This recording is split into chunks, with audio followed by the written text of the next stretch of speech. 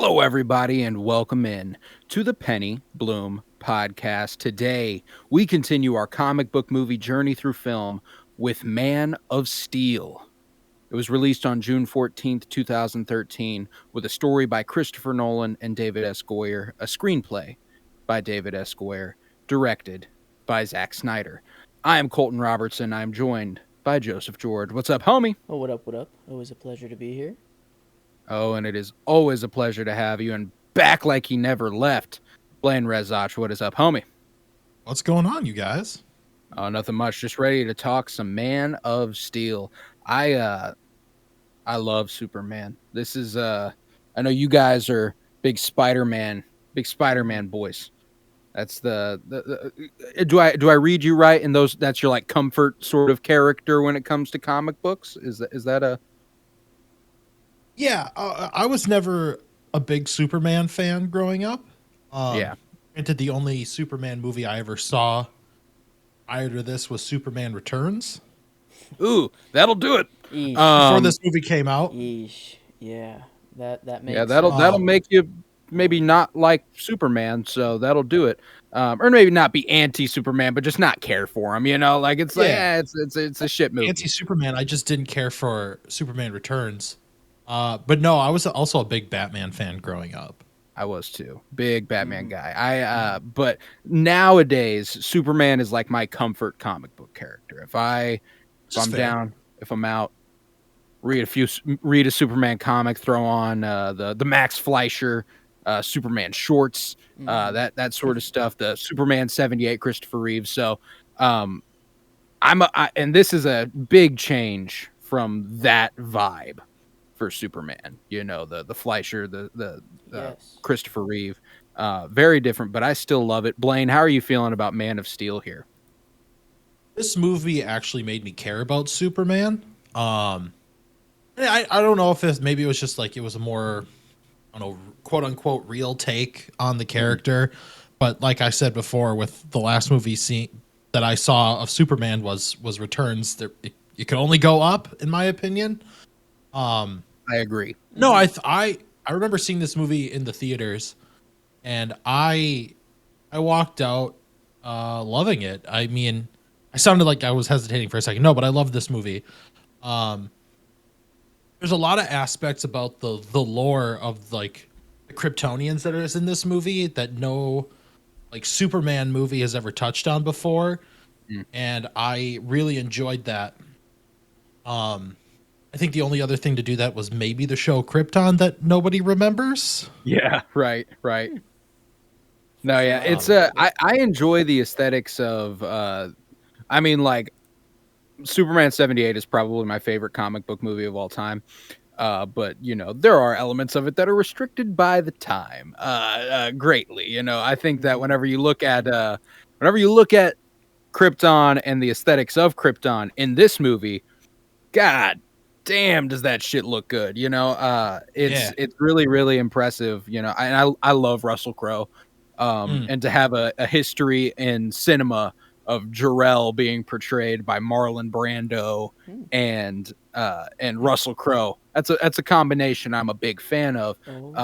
Didn't think of who our next Jor-El will be. Yes. Who could be? Be pretty yes. cool if it's Henry Cavil himself playing the father. But that would be fucking nuts. Actually. I don't think he'd do it. No, I don't think he's not old enough yet. It needs to be someone kind of older. Anyways, he also probably is in a terrible place with Warner Brothers at this point. So not necessarily. I know. I would say Henry Cavill is probably about that right age. I mean, he's 40. If he wanted to play Jor-El. You know, Jor-El dies young, you know. He's not Pac. I guess I'm thinking of Marlon. Because Marlon Brando's fucking old. Yeah, doesn't mean that just because he's old now doesn't mean that he was old as Jor-El in the movie whenever they filmed. But I don't know. You were talking about how it how they're finally able to like do the things that kind of maybe Christopher Reeves and even in Superman Returns they took a giant leap from Superman Returns even, which didn't really come out that much. You know, before 7 years prior. Yeah, but the leap is insane. Like his flight looks incredible. This is like the best, just kind of super speed. I think like definitely up until this point, for sure, this is the best like super speed whenever all the Kryptonians get on Earth, and that fight goes down and kind of, I think it's downtown Smallville. I'm pretty sure. I don't know. He kind of just kind of takes Zod and flies him a good mile or two past his house, after he attacks his house. So I'm assuming it's Smallville and not like a neighboring town. Yeah, they got the IHOP down there that the kid works at and everything, True. That went to his school. Yeah, okay. But no, their super speed was awesome. Like just jumping around, like oh man, and the camera angles to capture it too. I don't know. It was just done very well here. I liked it a lot. I'm a big fan of the it's hilarious watching this movie having come off of Rebel Moon on Netflix, another Zack Snyder movie, where I mean like this is just like infinitely better in every aspect. I think that it's interesting. The certain aesthetics that they strike up on Krypton are kind of prevalent in Rebel Moon to a degree. Like there's some stuff there that it's not quite so. There's an element to this like it's this futurism that feels ancient almost. Like it's not like it's retro futurism because that would imply a little bit more of just 60s. No, this feels old historic, but it also feels like something that could come from the future, and I really, really enjoy that a great deal. And I think you get a little bit of that in Rebel Moon, but it's just done so fucking much better here. Everything about it is much better here. And yeah, man, I enjoy the way they dive into the parentage of Superman much more than they have prior. I appreciate the kind of spins they put on the relationship he has with Ma and Pa Kent. The deep dive into Jor-El and his mother. Is that Laura? Yeah, not Martha. Laura. I don't think Martha is Batman. That's Martha Wayne. Martha Kent is also. That's Martha Kent. Oh, that's okay. I'm getting all the moms mixed up right now. Laura is Laura L. Laura L. Laura L. is his. That's what I thought. Okay. Yeah, but like the way they dive into those and the way she's portrayed by the same woman who plays Vanessa. I was just about to say I'll never forgive Zack Snyder. He hurt Vanessa. Yeah, exactly. He embarrassed me in front of Vanessa. Yeah. No, I enjoy my favorite elements of this movie are actually the parental figures. I absolutely adore Jor-El and Laura L at the beginning of this movie, but furthermore, Kevin Costner and Diane Lane as Ma and Pa Kent are a wonderful duo, and I think that the spin they put on this story, it's caught a lot of shit for its unnecessary sort of direction, but I think it's good. I enjoy it a great deal, and I think that it pays off in a big way. No, son. Yeah. This is not the time. We can't let Smallville know that you are Superman. Like it's not even like the whole world. Well, I guess maybe he knows the domino chain would start. It starts in Smallville and then it just keeps going. But like, yeah, man, that dying for a dog. I hate whenever a dog dies in a movie, but whenever we get someone literally risking their life for a dog, no one else, no human in there, just a dog. I gotta love that man. I don't know. I love that man even more if it's not necessarily, the cleanest sacrifice play for a movie. It feels kind of unearned a little bit, or not unearned, but it just kind of feels a little weak. Like, I don't know. They want to put a spin on the death of Pa Kent. There's a classic story with Pa Kent that they portray in '78 and in all sorts of comic books where he dies of a heart attack on the ranch, and that's just kind of it.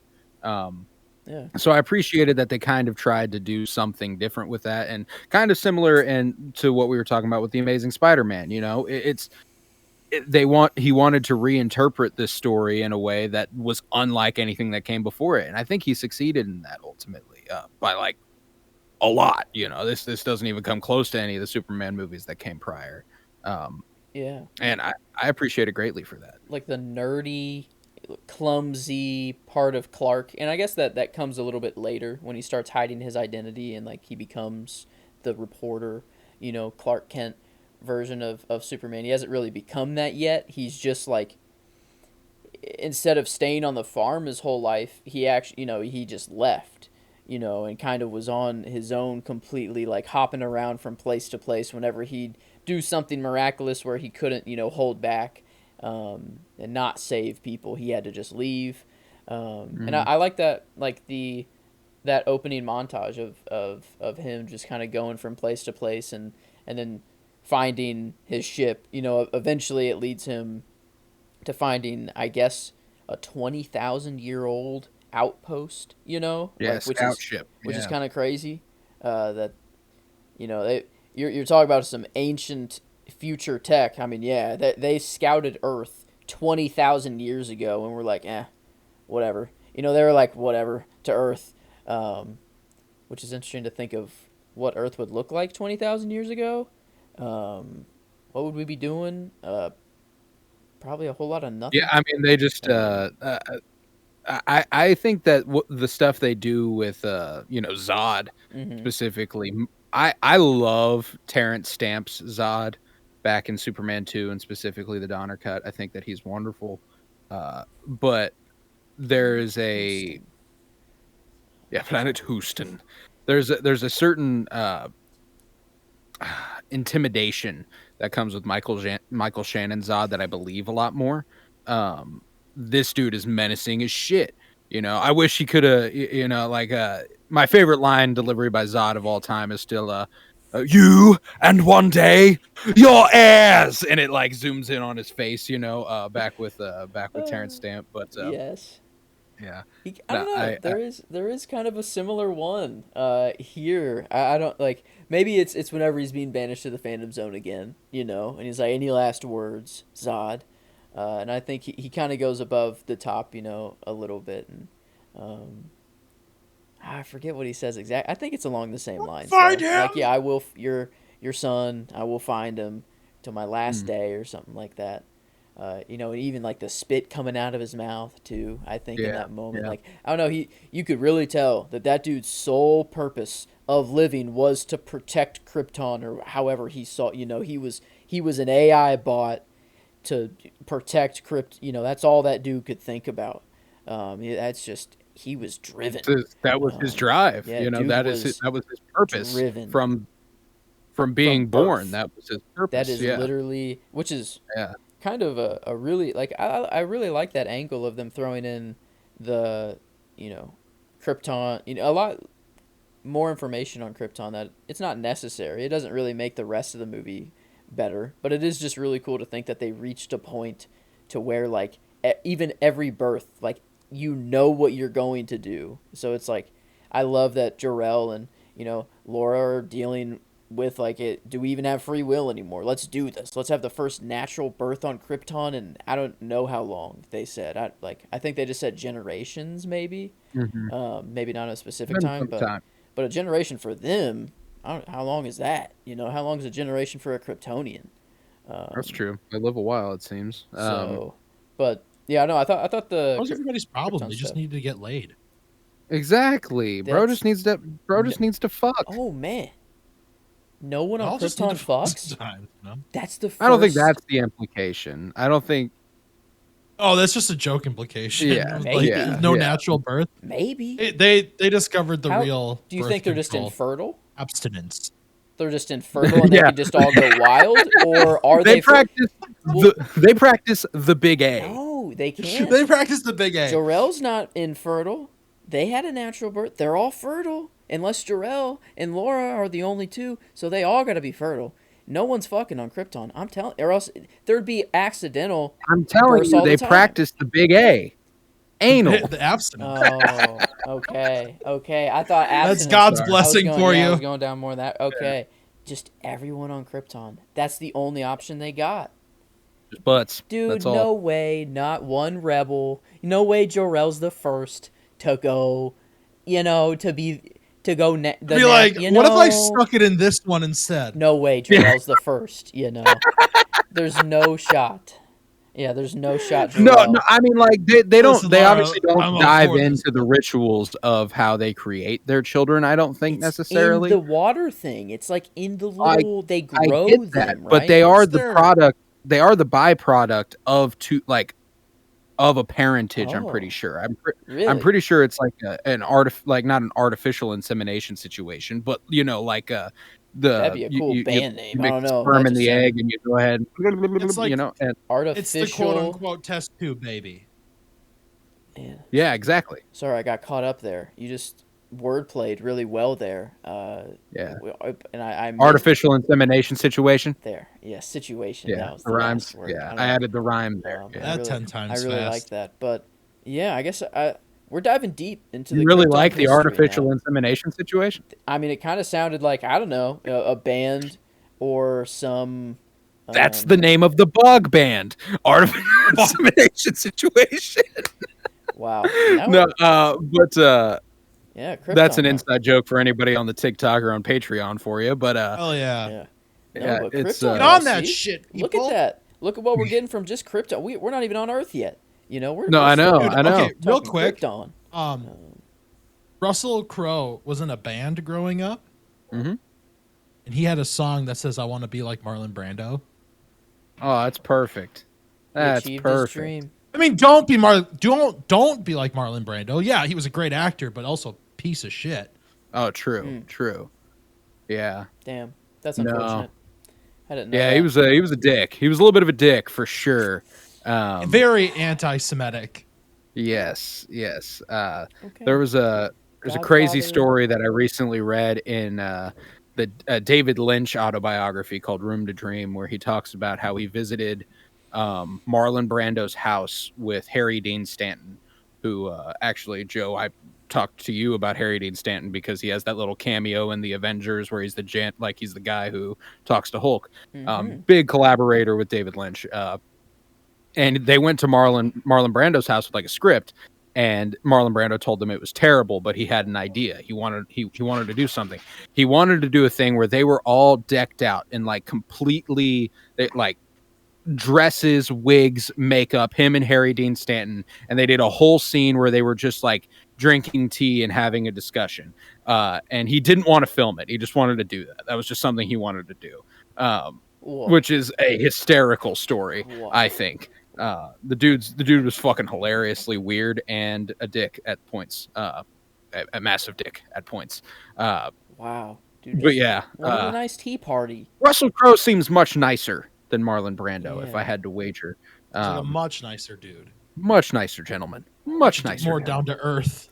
And way cooler as Jor-El, not gonna lie. Sorry, Marlon Brando. This Jor-El's way cooler. And whenever he's like in the ship and like just like closing the doors with his like little movements, he doesn't need to do that. He doesn't need to like do the little hand motion, but he's doing it because he's one for the dramatic, So and for us to have a cue that he's doing something, I think that's why it's done in the movie. But more logic. That's probably the case. If you think about it logically, the dude's just uploaded in the ship's computer or whatever the fuck they got going on. That technology bends my mind. But it is what it is. Yeah, I dig just it. Off the little, just whatever the little key. codex, I guess the codex is in this. It's thing. like it's the engine key basically. Yeah, just kind of your key. But it doesn't like seem. It's a Kryptonian thumb drive. Yeah, exactly. And this just happened to be the most valuable thumb drive in Kryptonian history. The codex is in Superman. Oh, that's right. Yeah. Okay. The cells. So, and then the key is simply just Jor-El, and his identity, basically, kind his of consciousness. That's his. Basically his consciousness. His essence. Some depictions. Damn. Yeah. He gave Lara his essence for sure. Couldn't put his mom. He took it out of the essence and gave her his essence. Yeah, this is true. The first terrible. I love it. generations from no one. That's just kind of sad. And I'm canceled right there. That's just sad. They've reached a point in civilization where no one has been fertilized in freaking tens of thousands I'm of willing years. to bet they've got like the most effective plan B of all time. Like that's just got to be the case. You know, like it's not like it's not like nobody's fucking, you know, like I it's need just, to know the ins and outs of, you know, if it's a Matrix situation. You need to know the ins and outs of their ins and outs, you know what I'm saying? Like I need to know if it's a Matrix It's situation. the motion of their ocean, baby. Yeah. First of all, really quick, can we talk about how when Jor-El gets the Codex skull, first of all, it looks sick. That like charred, looking decayed old black skull looks cool. Yeah. But he just like whacks it on a rock when he gets out. Yeah. Like the thing, like when he comes on the rock, you just hear it go clack right on the rock. Yeah. The most valuable thing they have. And it's like this thing's got to have some structural integrity or fuck it, you know? Like this just like the skull of like just an ancient one of them, or like a, you know, like ancient Kryptonian, yeah, something like that. Probably something like that. Because that's what it seems that everyone was born from. You know, it was from the Codex at the center of this everything, kind of like it ran everything. Sounds just right, like big Alabama. What did that skull do, actually? Well, they explained that if they like activate the Codex, doesn't it basically transform the life of anyone into the like cellular structure of a Kryptonian? Is that basically what they were saying? That's like, how they're born. I'm pretty sure, because that was the whole point of Zod being like or Jor-El being like, well, then who's gonna choose which bloodlines live and which ones don't? And Zod was gonna be like, that's gonna be me. You know, I'm gonna be the one to decide, and I need the Codex in order to do so. So I don't know. The movie's just full of lore, man. I think their babies are just in a baby grown in a field, basically, like the Matrix. I don't think there's any fucking going on at all. You know, I don't know. And I think you're just given, like, it's like just every child is adopted or just given to a family. Like, no, yeah, I have no, my my logic sensors are going off the fucking rails with the idea that Russell Crowe is the first one to have urges in generations. There's just no fucking shot. That's what I'm saying. That's why I know that's what you're saying, and I think that's fucking stupid. Yeah, there's no I don't think there's any chance. So they have to be fucking. Yeah, they just. I think they gotta be fucking. I'm sorry, I didn't mean to call it stupid. I'm sorry. No, but you're right. That is a huge plot hole. Like, it is. All right, movie's a 0 out of 10, so we've discussed. Yeah, so, I mean... Movie's ruined. Take your 4K disc, Blu-ray disc, throw it in the trash. We're done. Yeah. Crack it. How about we crash in Zach, Kansas? we're done here. How about we crash land in Kansas? Yeah, we'll crash land in Kansas. Maybe get to Earth and actually talk about Superman. That's another thing that... Sorry. Yeah, I appreciate this immensely, that they do something where they just kind of skip over the Smallville stuff. You know, I like that they flash back to it. I love that that's the story structure here. I think that's a brilliant choice. It subverts the previous expectation of how a Superman story is told. And I think that's... I just appreciate when something goes for something new and original and it pays off, you know, and I think this paid off big time. Yeah, I absolutely love the story structure here. I love how it gets to a point where we like kind of stop having flashbacks after he's reached like the core memory, you know, like he's reached that point, and I appreciate that greatly. Yeah, I think maybe his dad dying was that the final kind of memory where everything kind of lined up, like he got and then there's like I think there's out of the. I think there's one more after that, but I can't remember. Yeah, I think it's when he's reading the Plato book. Yes. Okay. Yeah, and because it's from, that when he just that dude in the restaurant's messing with him, and he leaves but fucks up that dude's truck, and then after that he's at the ice.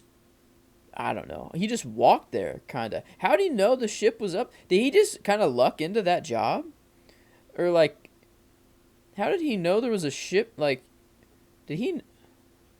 How did he get that job? And how did he I know? don't know. Was he just walking? He was just hitchhiking or trying to hitchhike. He's just kind of like, Take I a gotta walk, go. take a walk, Um, take a walk. Yeah. hmm. Luckily, Amy Adams clocked him there, though. She was like, I'm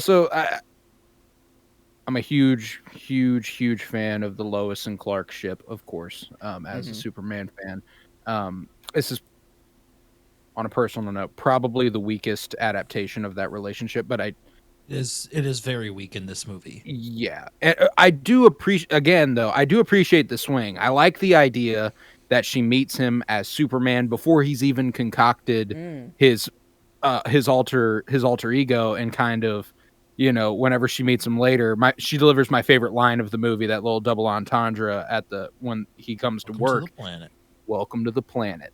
I loved that. I'm a sucker for that sort of shit. And I think that's a point in which this movie really could have taken off, and I think that it's a fun way to end the movie, and it kind of feels like the story's just getting started, and I love that, and feels like their story is getting started. Kind of the main gripe of Lois usually is like she's treated as this Pulitzer-winning writer, detective, like just she can figure out anything, nothing gets past her, but she can't figure out Clark as Superman. The first thing she does really here is figure out who Superman is and tracks the source down and is like, hey, you're the mom to Superman.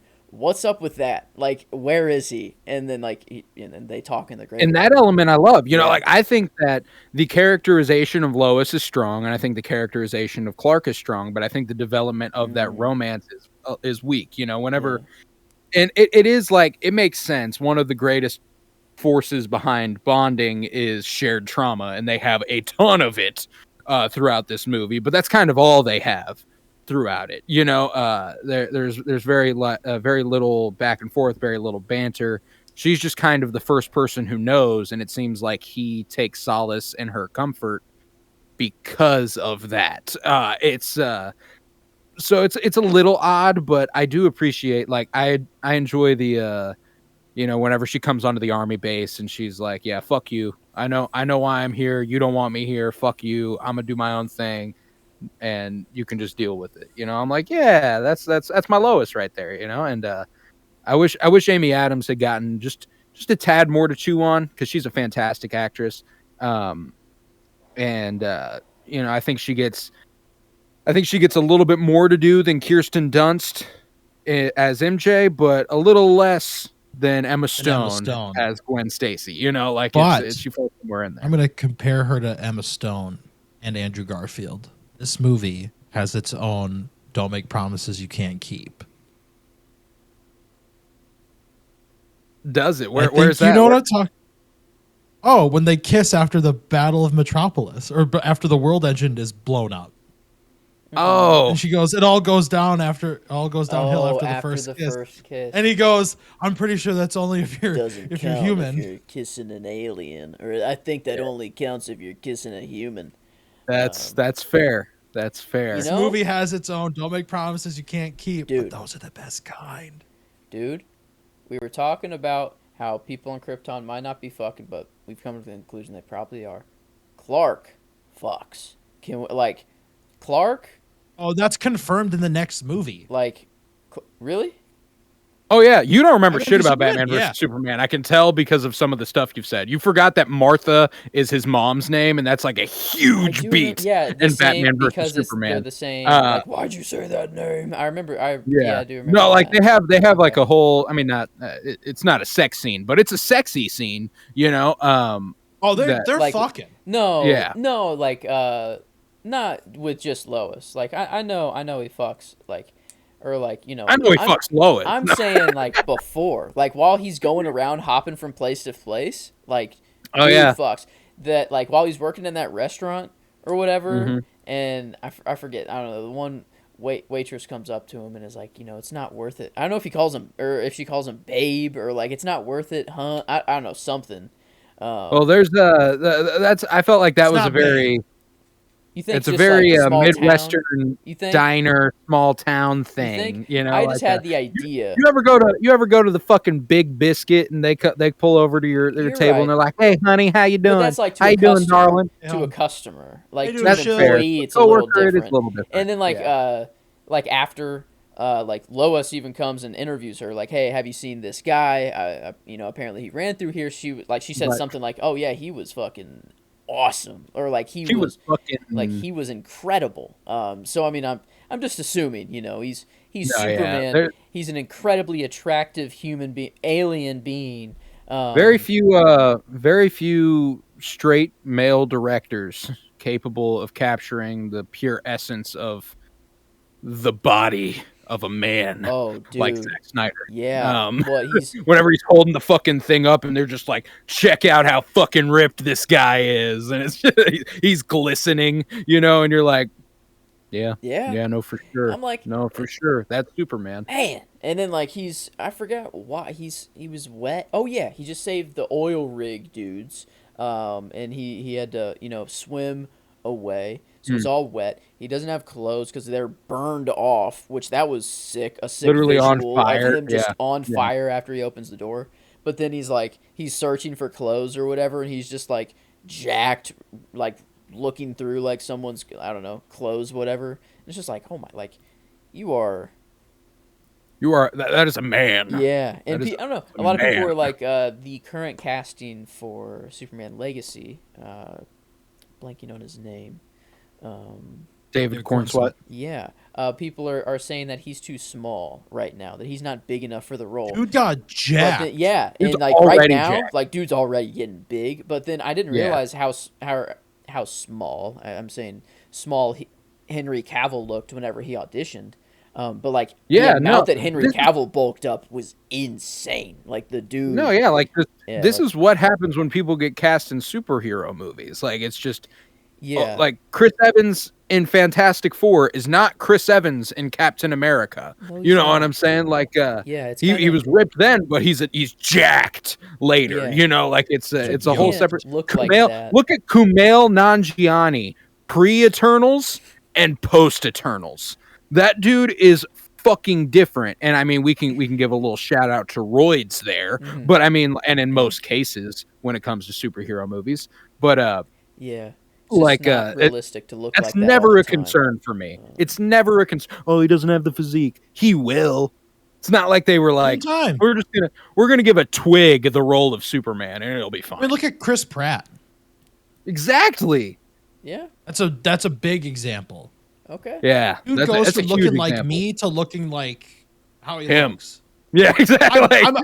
You can't see below this camera, obviously, but like I'm a bigger guy. I'm a little bit. I got a little belly as well. I got some belly. I got an on. Andy Dwyer look. Physique. Yeah, you know what? I will actually. I think Just need to physique cut does out. matter. Just need to cut out beer. That's all. Yeah, If you I recall, think- Don't even drink beer. Can you imagine though if they casted like someone who's 5'3" as Superman though? It just wouldn't work. Or like as Batman. Then I could understand the complaint. Like imagine Batman walking down an alley to confront some thugs, and he's just 5'3". He emerges from the shadows and he goes, "Mom, I flew up." Like Yeah, it's like it just. I don't know. Hold up, Mom. It just wouldn't work. You couldn't talk to. Are you talking Batman or Superman right now, Colton? Evil one. Yeah, just little Oh, Junior. Batman be going up to a grave. Yeah. Oh, Mom, I Mommy. phoned up in the alley. Okay. Damn. I guess. Mom. Well, both eventually. True. Yeah. I guess. No. Well, just. Superman flying Papa into Kent. space, looking into blank stars. Just, Mommy, I flew up. Yeah. I guess You know? Martha always stays alive for a while, right? Does. Oh yeah, that's typically the parentage that sticks around for quite some Yeah. time. Martha. Yeah. But. And she's my character, bro. She's my character of the movie. Hey. I fucking love Diane Lane as Ma Kent. She's really good. I have she's two so good. characters. Ooh, gimme. I couldn't decide between either one. I have Pa Kent and I have Perry White. Perry fucking White, baby. Lawrence Fishburne. Dude. I couldn't decide between the two of them. They're both really good in their respective roles, and like Lawrence Fishburne is fucking phenomenal. I think that's. Always. I think that might be the pick. If not, I might have to. I don't know. As you're talking about for character. Yeah, for my favorite character okay. of the movie. Yeah, I gave Kevin Costner as Pa Kent my performance. So my performance and character were split between Ma and Pa Kent. Oh, I gave Michael Shannon performance. He's too good. I knew he'd get his love. That's why that's why I gave him the space. He was good. I know, and I tried to, like, character wise, I thought maybe you guys would pick, I don't know, more of the main lineup for characters. So I was like, kind of like, oh, I'll go off the cuff of like who's my favorite supporting characters. Right. And I couldn't. And then like watching the movie, I was like, it is Pa Kent or it is Perry White. It's one of those two. Yeah. Like, dude, they're incredible. And I'm always a big fan of Perry White. I love the journalism angle, and I wish that I can't wait for potentially getting more into that when it comes time for Superman Legacy. But that's one of my favorite things about Batman versus Superman later on is that we spend so much time with Clark trying to find this bat of Gotham City. Like, that's super fucking cool. And I love Perry White, man. I've always been a big fan of Perry White, and yeah, Lawrence Fishburne doesn't get much better than that in terms of. I forgot about that. Yeah, whenever he's talking to Lois and saying like, "Hey, you're telling her don't drop this story, don't keep following your leads, whatever." And then she gets back and is like, the leads didn't pan out, whatever. And he's like, he knows something's off immediately. He's like, what? Like, what? I know your leads always pan out. Like, so you got something, like what's going on? Like, doesn't he kind of like tell her, you're in trouble. You get like 3 weeks of like no pay. At first it's 2 weeks, no pay. And then she goes, all right. And he goes, all right, well, since you're so willing to agree with me, there's 3 weeks, no pay. Yeah. Yeah, no, it's great. And I love that he's like, I thought she. Oh, so if you're so willing to agree with me, that means you're covering something up. Some shit that you ain't, you ain't telling me. That's yeah. I love that. I also love the end with his character. When the world engine that's is what I was just about to say. Yeah. Like that's and I'm a sucker for the people who are not super powered doing heroic things. And in a Superman movie where they don't frame it as this necessarily, but Superman is there to inspire, like he is, he gives hope to the hopeless. And in that moment, he does everything he can to save this girl and save his coworkers and his employees. And when he can't, he stays with them. He doesn't leave. Just he doesn't run holding away. her hand. Yes. Between the rubble. That's what really won Perry White over on me. I was like, that's solidarity. That's when an employer cares. I like the love being spread because I'm not afraid to go with the pipeline. I'm not afraid to go right down the middle and go Henry Cavil for both character and performance. The dude is my Superman, and he's the first Superman I saw. I think his suit is undoubtedly the best. I like the retro look. Of the first suit and all, but this just looks Kryptonian. It looks alien. It looks like it did come off of a Kryptonian ship. I just love. I don't know. I think it's why I love Andrew Garfield's Spidey suit so much. Just that whatever that the texture. Just that little 3-dimensional aspect to the suit adds so much to it. It allows light just to bounce off of it so much better. In my opinion. No, yeah, and it is a gorgeous suit. I'm just a sucker for the homemade thing. Dude. I love the idea. My personal favorite idea for the suit is the one that Ma Kent made. I love that, and that's why I like the Kryptonian suit. It's dope. Don't get me wrong, but it will never be my favorite. Oh man, I think of all the suits Henry Cavill wore. Just throwing that out there. It technically is homemade, but that's just Kryptonian homemade. It's I guess fair. Level there. Fair. Different home. No, I think of all the suits Henry Cavill wore, this is the best one. Oh, I agree. This suit, like, I don't know what it is, but it's the simplicity of, I like the rounded belt buckle looking shape that he's got going on the waist. The design pattern he's going for, that he has from the waist down to his, like those whatever track stripes or whatever he's got going on his boots. The cuffs are better. I like the BVS suit. I love suit he wears in Justice League. I think if I were to change anything about future DCEU movies with Superman, it'd be the Man of Steel suit with the BVS emblem. I think that'd be the only thing I change because I love the Kryptonian glyphs on the S. It's really fucking cool. I absolutely dig that. Another thing that we'll get there. We'll get there one day. I don't want to harp too deeply on future stuff, but regardless, I think that I love this suit. You know, like I don't think there's been a truly terrible Superman suit. I think Batman Superman Returns. That one's the worst. It's fine, but it's not good, you know. So like it's definitely the worst. Our most viewed video on YouTube, by the way. It is. It's our most viewed video on YouTube is Superman Returns for some reason. By a large margin. By like a lot. It's not even close. Yeah. Every week it gives that like YouTube analytics thing, and it's like here were your top 3 viewed videos, and it's like the 2 superhero movies that came out that one and Superman Returns. Mm-hmm. And every week it's like, which one do you think got the most views? And I'm like, Superman Returns. And they're like, yep, for some reason. I don't That's fucking know. That's so weird. I know. It's movie's bizarre. Just bad. It's terrible. But people think, I have the feeling people think they're clicking on it because they think they're about to watch the movie. And then it's it's not that. It's a podcast about the thing. Even so, who's watching Superman Returns? Trying? The incredible thing is that on YouTube, you can see the watch time. If people are actually watching the video, it is one of our largest watch time. Like percentage of people who click on it that watch the video, it's one of the largest as well. So it is very strange that this is where a lot of people have, I guess, seen the first ever from us. I'm assuming. I don't know how it got to them, but it is. I mean, very strange. To be fair, you guys do find like the good in bad movies.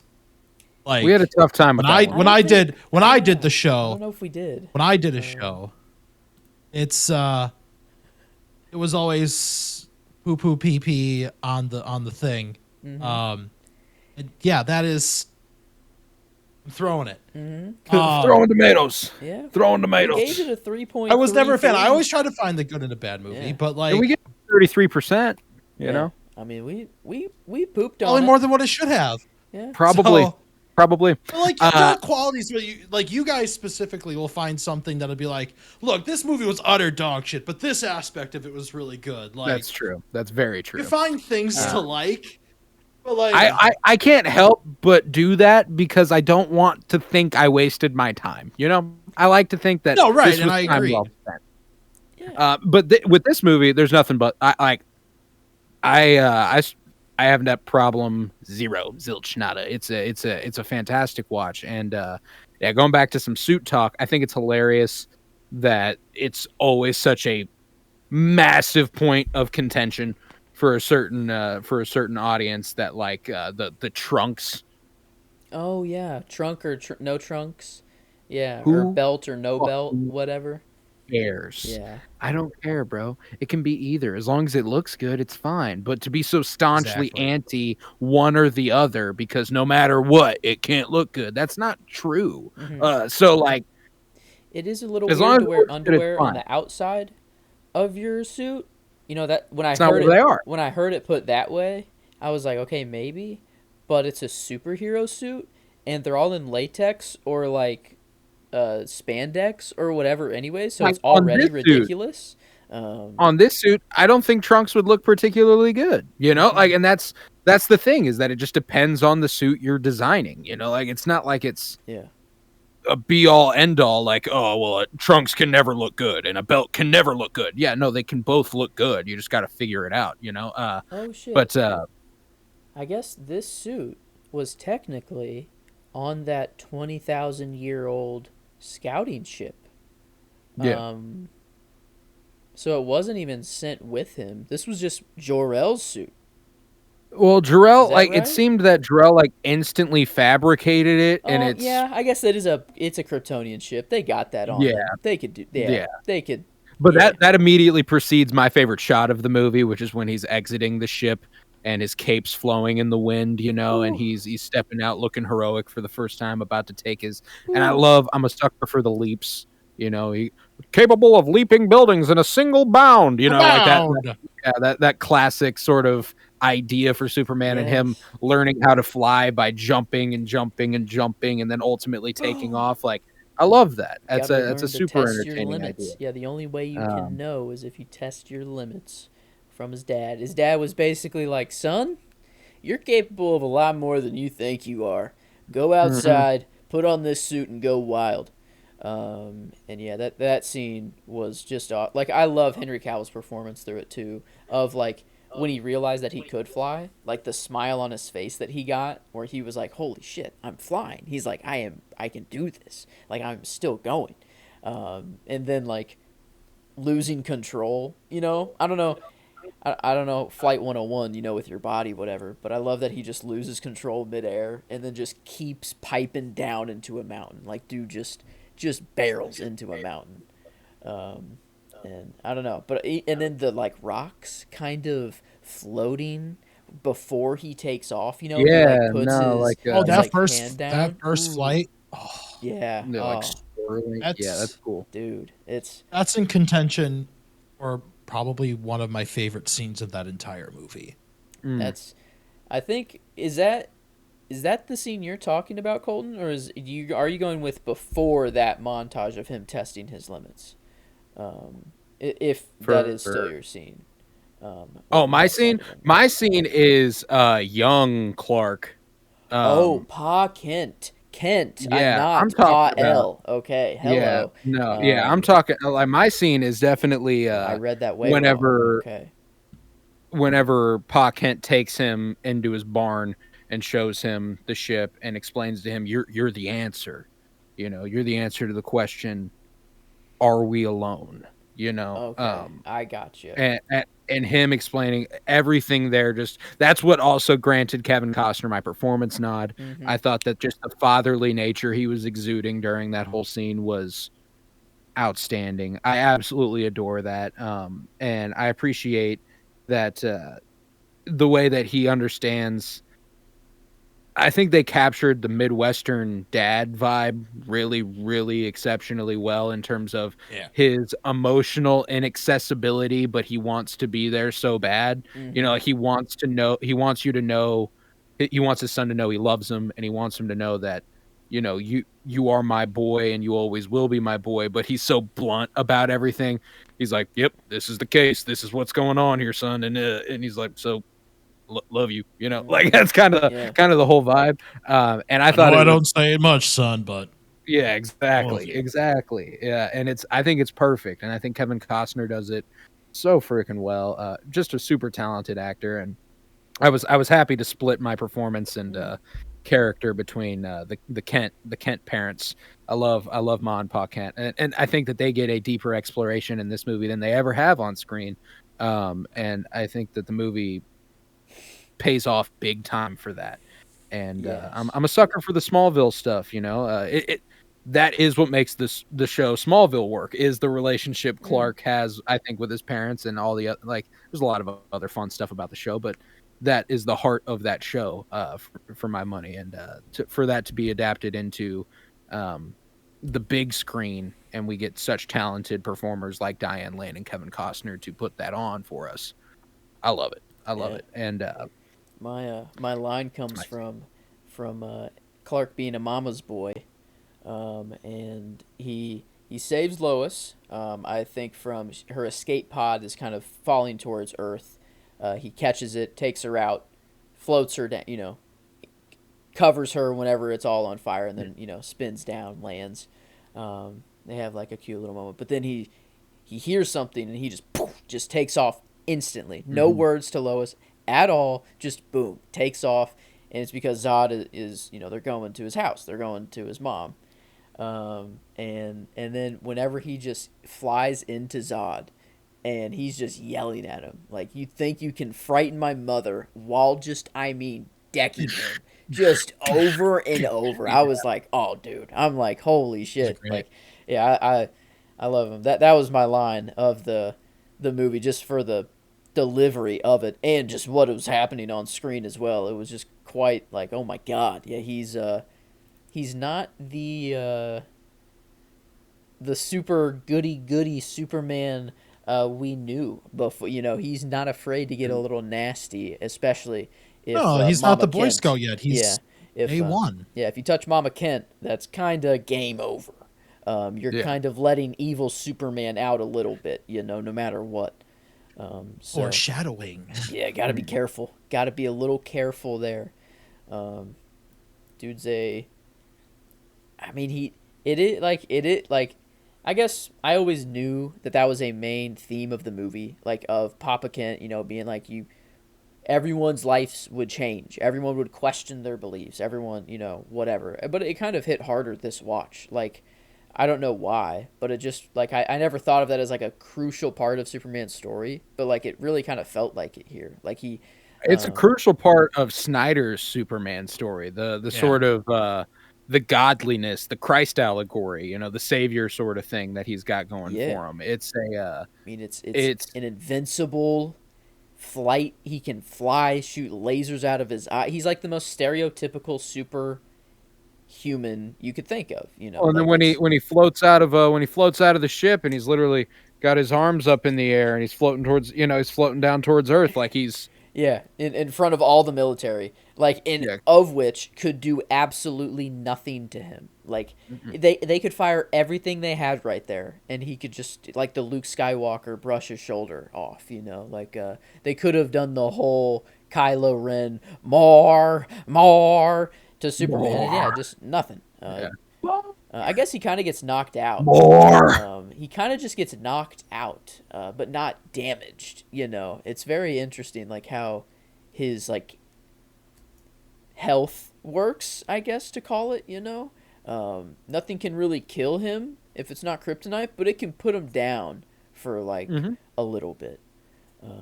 So I guess maybe if all the military opened fire, he might just take a little nap afterwards, maybe. Well, the thing that knocks him out during this is that he's on the Kryptonian ship and he's adapting to a Kryptonian atmosphere. Yeah, but like say the military were to open fire on him right there and unleash all the tanks, helicopters, every missile they got, hit him all at once. Do you think he would come away completely unfazed, or do you think he would be like knocked out or down? I think it would knock him backwards. I think he'd feel a little something, but I don't think that. But once all the smoke would clear, the military would still see him flying, basically. Yeah, no, it'd be Mark. It'd be Luke. You were right, Luke Skywalker brushing the shoulder off, sort of thing. At least that's the power scaling I think they're implying with this Superman specifically. There's one of my favorite thing about the Max Fleischer shorts is that the dude can be like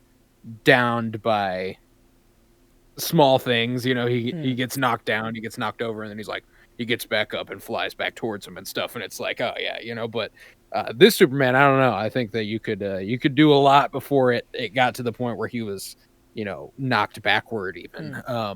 Yeah, I do like when he passes out though, in Zod's ship, and I guess they did kind of like a brain, looking into your brain, kind of like a Captain Marvel. It reminded me of that sort of thing where they put her, looking into your brain and trying to pick out a memory, whatever.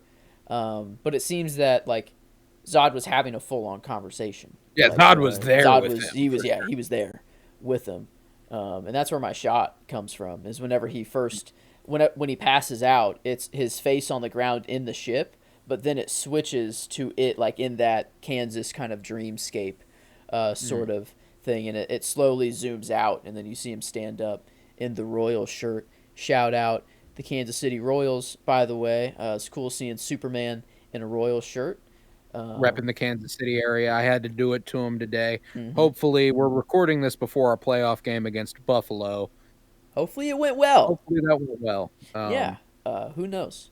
Anything could have happened. We won't know. But maybe Superman actually gave the Royals the spark they needed to win the World Series. This came out 2013. This is 2013. This is the year before. This is the year before we made it to the World Series. Interesting. 2 years before we won it. Coincidence? So I think not. I think Superman's a big influence on our team. I think so. If I had to say so. If that was a Cardinals shirt, we might be living in a different world. Who knows? But Superman, what a heart he has to love the Royals. You know, a Kansas-grown boy. Our team wasn't good at the time, but I'm about as American as it gets. Yeah. What if your interests don't align with ours? Still, it doesn't matter. Just you'll have to trust me. I'm as about American as it gets. That's about it. Yeah. I love how he first pulling up there. He's like, well, like, what are we gonna do? Like, what could we do against you? He's like, well, yeah, nothing. I'm still gonna do what I want to do, and I'm gonna do whatever my interests say. I'm gonna, my heart tells me, and I know you can't stop me. But don't worry, I'm chill. Like I'm. Do you think? And Joe, I want to ask: do you think he's right for that? Do you think he should answer to the American government or the military at all? Answer to them? Yeah. No, he should. Tony Stark. I just privatized world peace, but he actually did it on a global. He did it way better than Tony Stark could ever do it. So you'd be Team Cap. That's what I'm hearing. What is that? How does that relate? Wait, for like the Sokovia Accords and going like and not. Yeah. But Team Iron. The more reason I'm Team Iron Man is because Cap is like protecting the guy who killed Tony's parents, and he could have just told him, like, a conversation could have cleared, like, all There's of that obviously up. much more going on in that movie, there's but I was being facetious. God damn it! I hate to be put on Team Cap ever, but yes, I guess your logic does follow there. It does follow. It tracks. But Tony also said "F you" to the government whenever they were like, "Hey, you have a weapon. You are a weapon." Sokovia crumbles to dust and they kill millions on accident. Just want to clarify, I am still Team Iron Man for the record. No, I'm both teams now. I've come to realize. Politically, all depends on what I wake up on, man. That's the political spectrum that is actually important. Fuck Republican or Democrat, liberal. I'm fiscally Team Iron Man, but socially Team Cap. That's tell me your. I guess it's not political. I'm not an alcoholic. I just drink socially. Yeah, what would you call that? Your I go out every night. Your Marvel spectrum leaning, your tendency, your political affiliations. Yeah, is it political? I guess yes, it is. This is more philosophical. This is real shit that we're talking about. Politics is fake. That's all just kind of for fun. We made it up. Kind of for fun. I mean, think about it. It's just because we say, yes, you can lead, and they do it. And, like, it's just all off trust, and, like, our money is... It's not even from us saying, it is literally all fake. Like, we made it up. We made all of it up. It's hilarious. Like, it's fucking Rome. Yeah. We made all this shit up. And we just have to abide by it because we made it up. I support democracy. But Superman don't. He says, no, I'm a god. Sorry. Like I just saved your planet. I'll do whatever I want. I don't know. I that is not. We did not watch the same movie. I mean, he that's what he wanted to say, but he's too nice to say it. He's too well. His humble. Niceties end up coming out in the way that he means it. Yeah. No, he's like. He's like, yeah, I support you and I support your cause, but I won't support everything you do. Like I'm gonna do what I need to do. I'm gonna do me. And I do what I think is right. Yeah, exactly, and that's a good way to go, especially if you are Superman. Yeah, shouldn't be an agent of the government. Be a Homelander or a corporation. Yes, thank you. Yeah, not even from Earth. So yeah, exactly. Can't. Yeah, not. Dang, that's actually we've agreed. There is some treaty that is signed that anything out in space cannot be claimed by any nation at all. There you go. So Superman can not legally be claimed by any country or nation or military. That is the biggest lie if I've ever heard. Yeah, I know. We're already trying to claim parts of the moon. Tried to claim the moon fucking how many years ago? Exactly. We are still trying to get parts of the moon and Mars as ours. So my god, treaty. We signed a piece of paper that said we won't do it. So there was a treaty signed after World War I that said we won't do that again. So that's how treaties work. Yeah. So, but yeah. But no. Hey, we didn't join till the last though. We stuck by it until like we got fucked. So yeah, we were like, well, kind of unavoidable at this point. Now it's got personal. Now it's a little personal. Well, Yeah. I don't know. But we'll get there with Wonder Woman. Actually, when we get to Wonder Woman, we'll get a little old war action in there. A little bit, actually. A little bit. We got a little bit of a Cap First Avenger a little bit ago. Oh, yeah, that's true. We're already there. We were already killing Nazis. We'll get to face off with a few more Nazis in Winter Soldier. That's always good. No Nazis here. I would like to see so Superman. many words. Yeah, I guess true. Kind of an ultimate Nazi with Zod, like alien Nazi. Yeah, superior. He's on some superior race bullshit for sure. He's kind of a Nazi very turned to 11. Kind big of time even fascist way for sure. Worse. Yeah. We won't. Yeah, Zod's bad. Zod is not good. Zod is like if you gave Jolo Truglio, growth hormones, and then we had to check where he was on January 6th. Jolo Truglio? I swear he wasn't here. I swear there is nothing. There's no Jolo Truglio. I've never heard of him. Who's that? I heard he's a really good guy, one of the greatest of all time. I'm a big fan of Brooklyn Nine-Nine. Love propaganda. Oh my god! Wow. Big fan of propaganda. This is all a parody, so we don't get sued. You're already on the watch list, by the way. I hope you know that. Certainly. For that last minute only. If you weren't before, you are now. Who says I haven't been before? Where did that even start from? How did we even get there? What were we? We were talking about Zod. We're so off fucking track. That's right. Yeah. Good old. Yeah, no. I think that there's a lot of really. I appreciate how it takes the real take. Obviously it's incredibly fantastical, incredibly unlikely. Mm-hmm. But I appreciate that the way that they capture the when this movie turns into a disaster film. Ooh. About 55 minutes in, whenever all the power goes out and the TVs are, you are not alone. You are not alone. You are not alone. Like, that shit's horrifying. And I love the tone it takes. So cool. Mm-hmm. It is so cool, dude. And I love that languages too around the world. Everyone's seen this and that no one knows what to do. Like in the Daily Planet, they're like, they're just kind of staying there, and then like Perry eventually is like, okay, we're leaving the building now. Let's go. We have to go.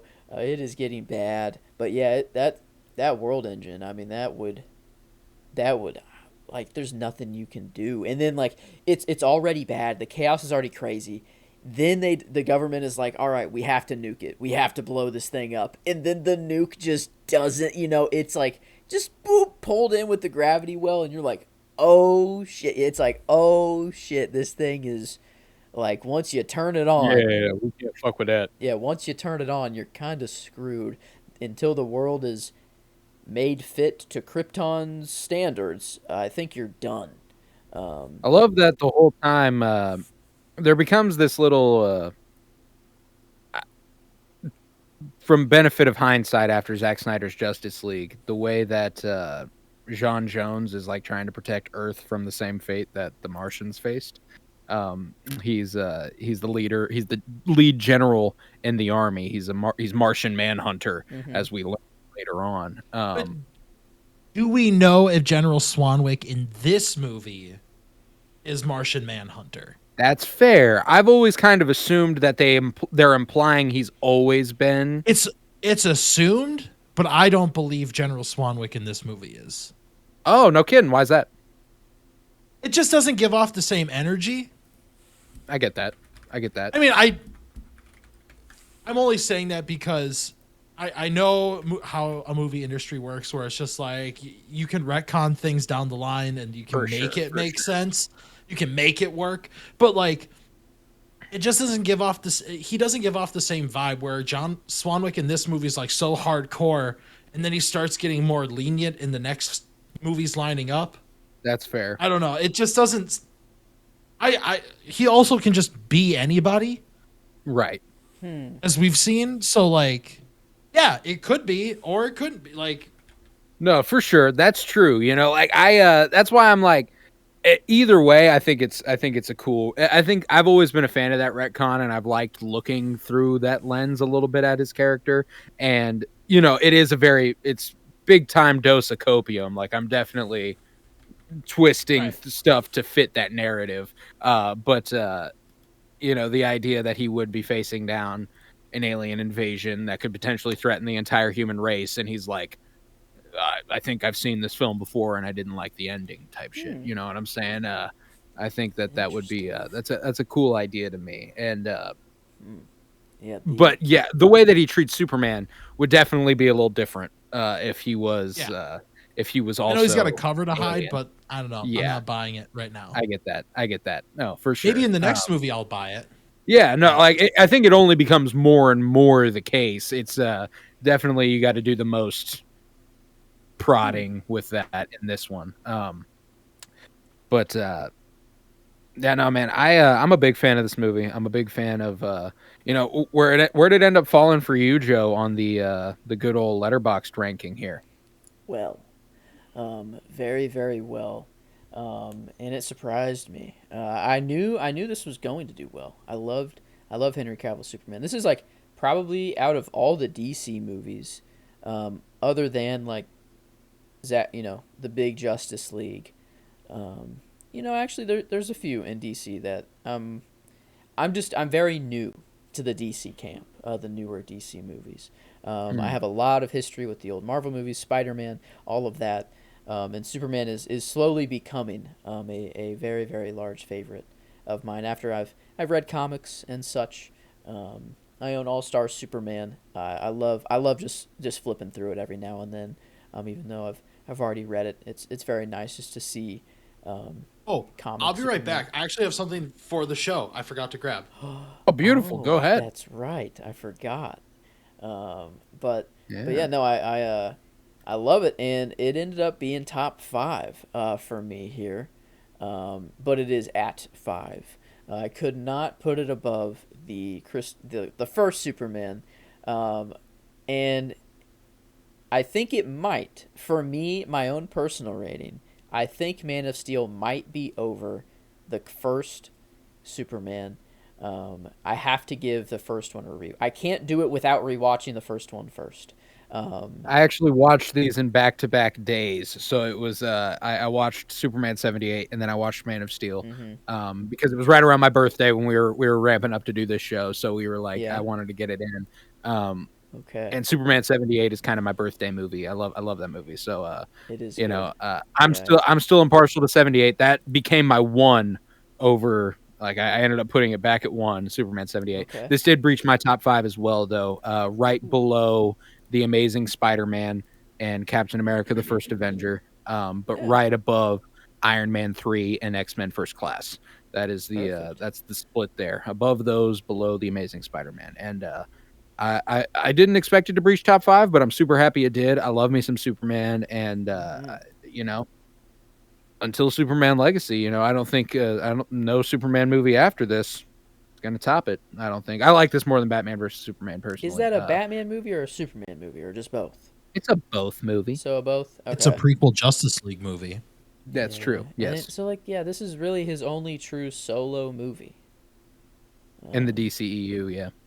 Man, that's just Henry, yeah. No, I mean, like, and this trilogy, I fucking love this trilogy. The Zack Snyder, Man of Steel, Batman vs. Superman, Zack Snyder's Justice League. One of my favorite superhero trilogies of all time. One of my favorite movie trilogies of all time. I fucking love that. Isn't the scream of when he snaps Zod's neck, like, that it's hurt? Like, is that the scream no, that's heard? That's at the end of next movie. Okay. It's the end of Batman versus. You're gonna have a great time with Batman versus Superman. I forgot. I'm very new. Like I've only seen Batman versus Superman maybe once or twice. Well, I know I've seen it once. I don't know why I said maybe once. But like once or twice. So I'm really I think new. I'm actually a pretty big fan of that movie. I think it gets a lot of shit, but That's I think what I thought. is The weird Batman in the desert going all freaking Rambo mode was a little interesting. If that's that movie, Zack Snyder's Justice okay. League. So yeah, never mind. Then I think that's I like also in that movie a BVS. lot. That's still BVS. He's got the nightmare sequence. Oh, okay. So that's it's not right. real? There's more it's just nightmare a nightmare sequences later. So it's not even. No, he actually does it. It's a foreshadowing event for the movie that's never going to happen.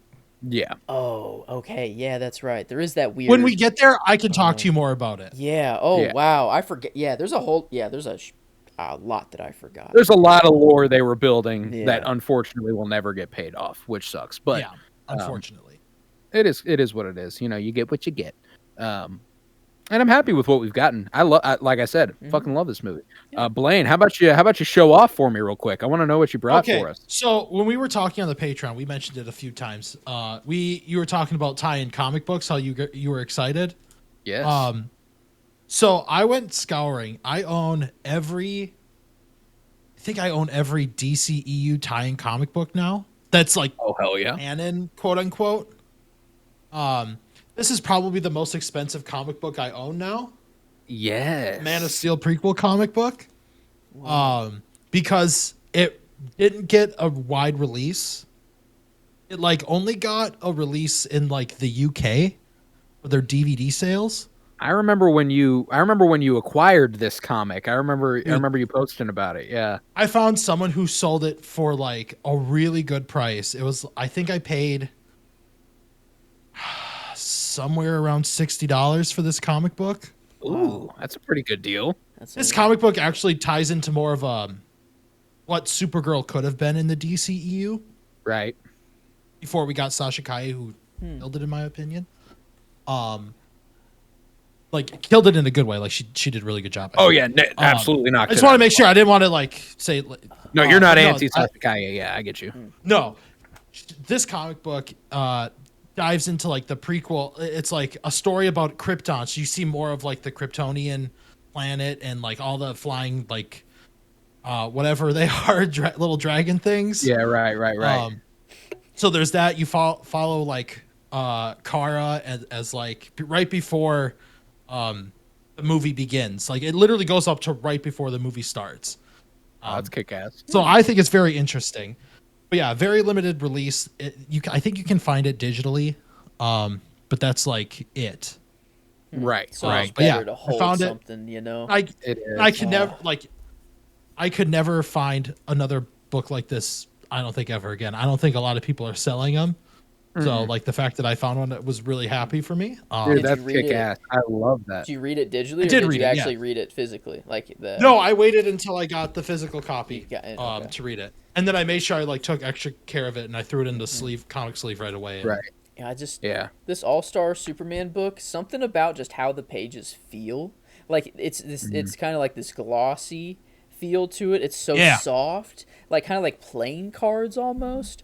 I just love it's almost like a fidget toy that I just flip through sometimes. I love that. There's a great fake Stan Lee quote. I severely doubt he said it, but I saw it attributed to Stan Lee once.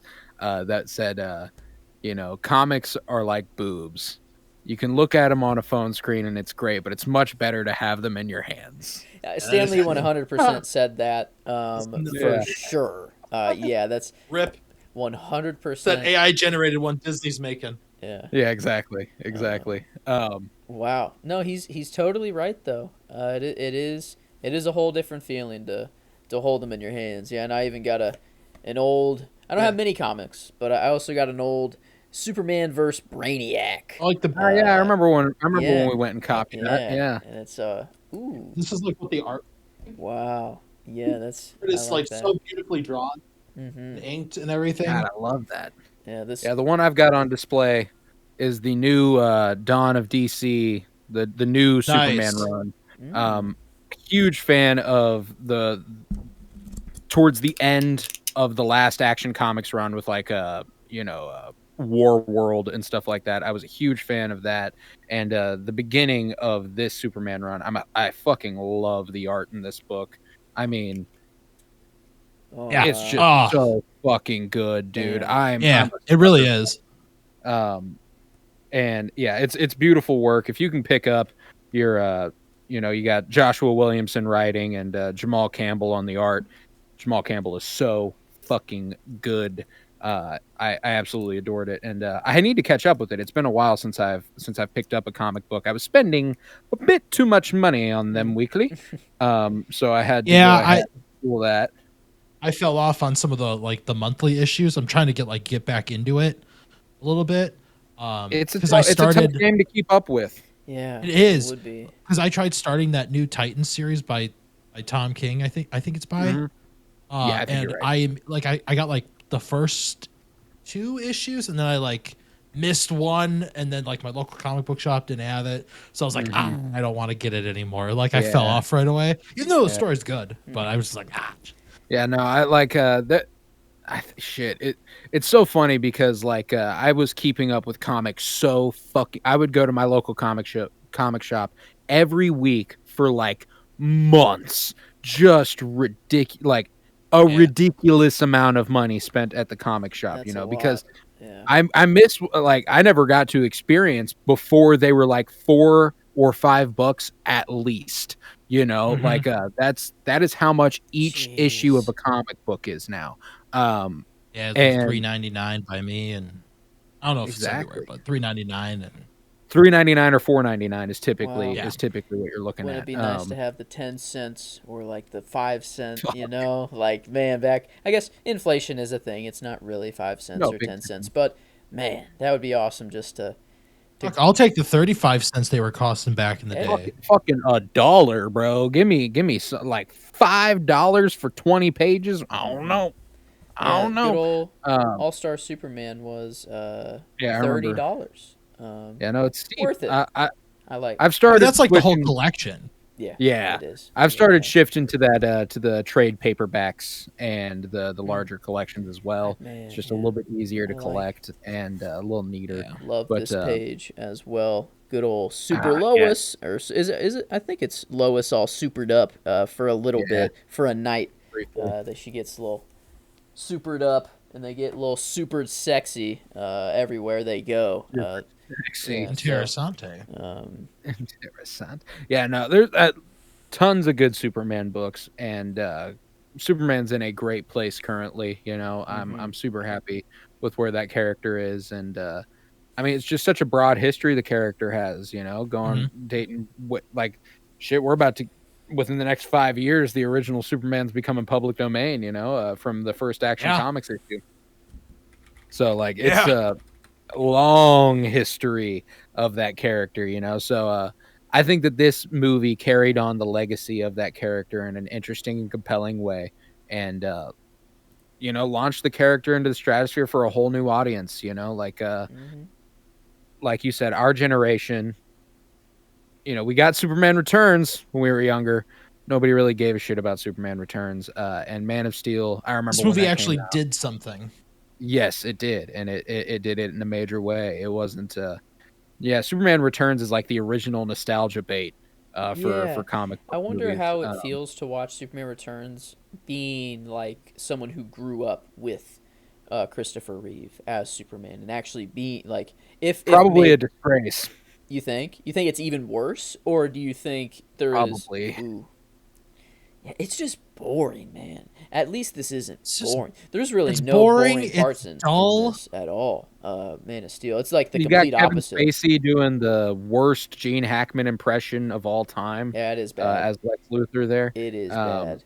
And there's a lot to say about Jesse Eisenberg in the next movie and his iteration of Lex Luthor. I'm a fan of it personally, but they're it is. I love that they kicked off this universe with not the obvious Superman villain like Lex Luthor. I love that they chose Zod. Give someone to match him. Absolutely, and frankly, the world threat that is Zod, that it calls Superman out, it makes him have to reveal himself, it makes him have to rise to the occasion. I fucking love it. And ultimately the culmination of this film and that giant battle in Metropolis, like it's it's heavy, it's weighty, you feel every movement, you feel every punch, and that's one of the strengths of this movie. And that ending, man, whenever people talk about the choice Superman makes there, it's not a choice. He's about to kill that family, dude. He gave him every opportunity to stop. Oh, don't let Twitter hear you say that. I know, right? People on Twitter What? Come on. What is he gonna do?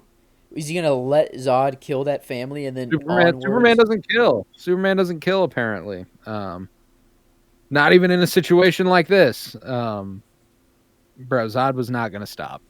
He literally told him. He's like, I will never stop. I will kill every single human. Yeah. Like, he said it verbatim to Superman. So it's like, Superman can always find another way. That's the argument. And he's instantly, he hates doing it still. Even though it is the clear decision to make, he still is fucked up by it.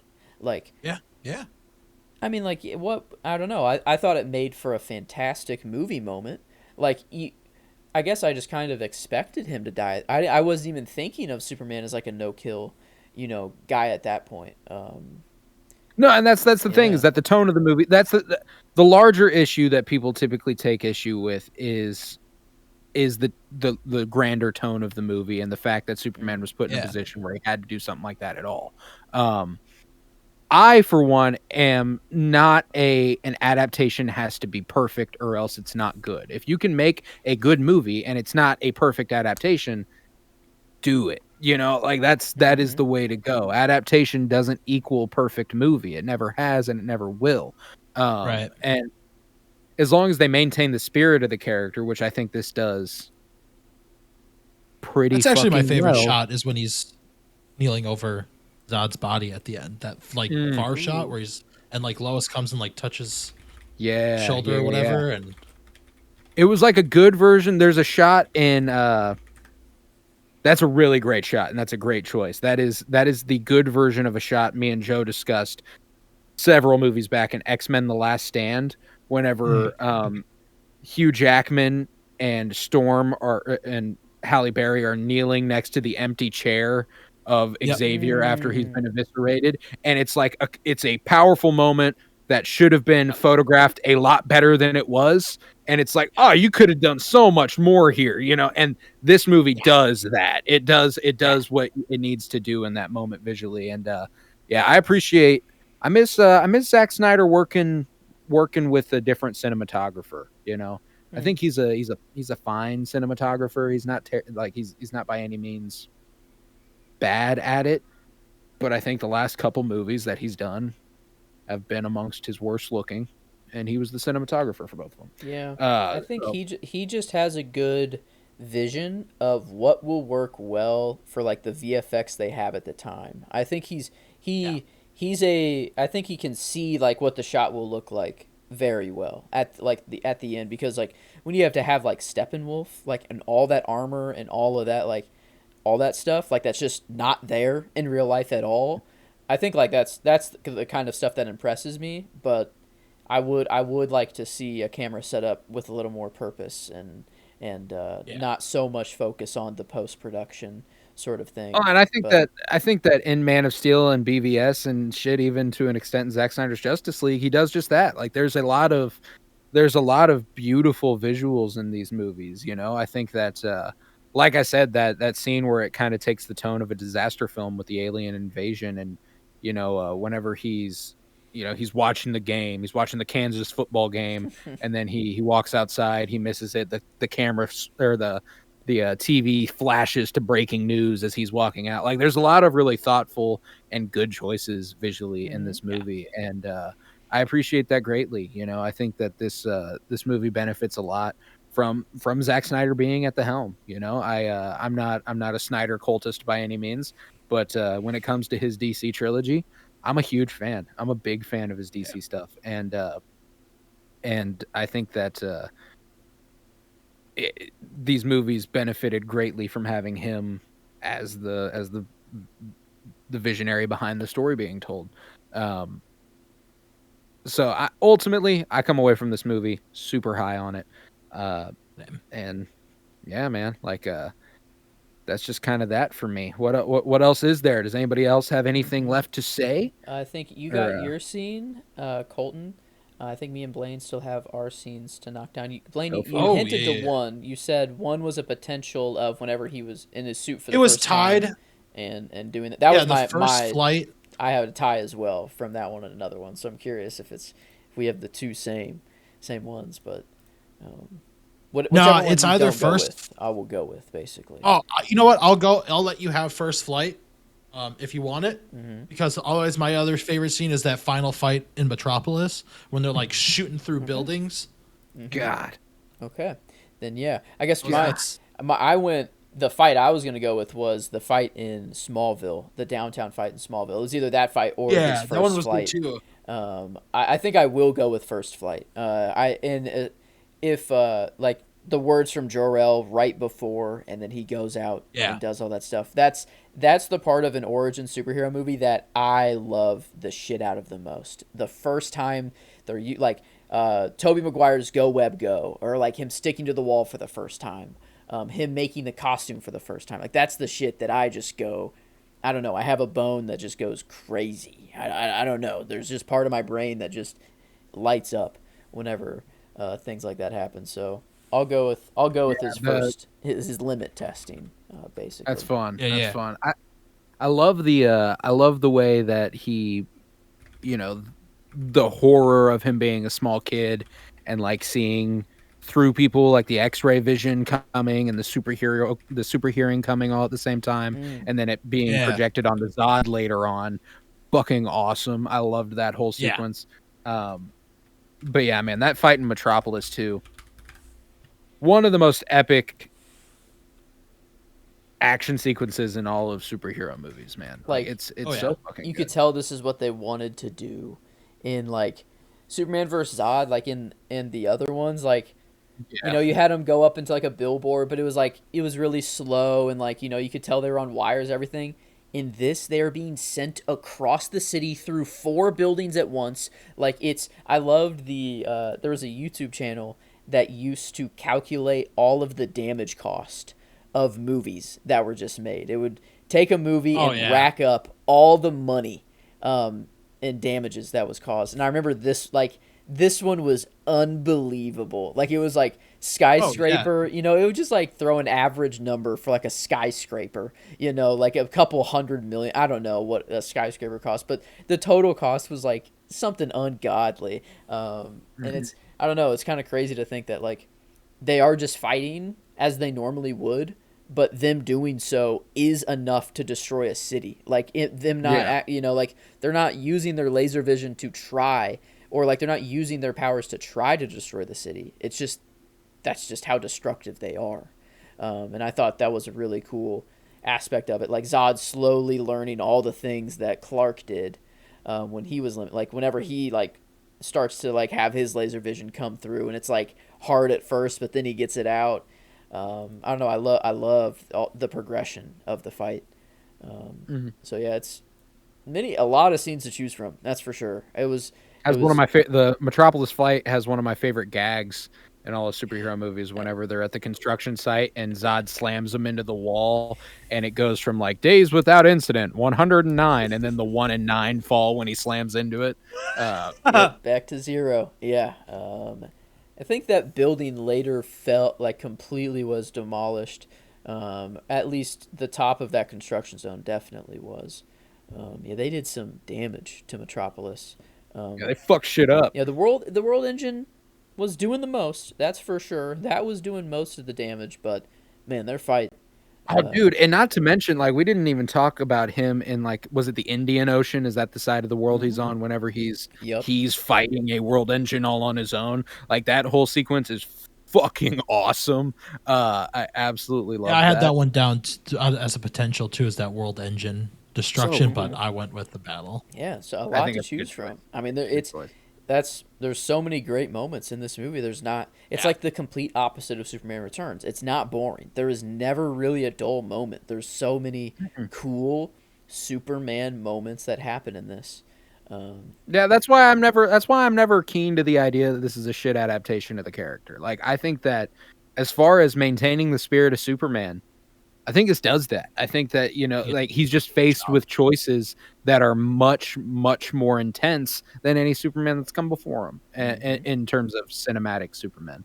And I love that, man. I do. I appreciate that so much. And yeah, I come away from it high on it, and I think that it'll fare well in the rating section of the pod. Yeah, I think all that's left is a line from Blaine. Yes, if you got one. Comes from Christopher Maloney. A good death is its own reward. Christopher Maloney. Before he goes into the Phantom Zone. Yes. God, I love that guy too. By the way. Big fan of that Maloney guy. Is such a good actor. Did you ever watch Wet Hot American Summer? Yes. Yeah. Fucking wonderful in that. I fucking love Wet Hot American Summer. And he is so goddamn funny in it. But that's a good one. That's a good one. That guy. I was like, who is this guy? I'm like, before he's in... I couldn't remember his sergeant or his army name, general, Colonel whatever. Nathan Hardy. Colonel. Yeah. I couldn't remember that. I just know Christopher Maloney, so that's what I just referred to. Christopher Maloney shot into the Phantom Zone. Wow. Shot into the Phantom Zone. Yeah, love it. Maybe Feora, he's doing a little baloney pony. That wasn't that funny. I'm sorry. I regret everything.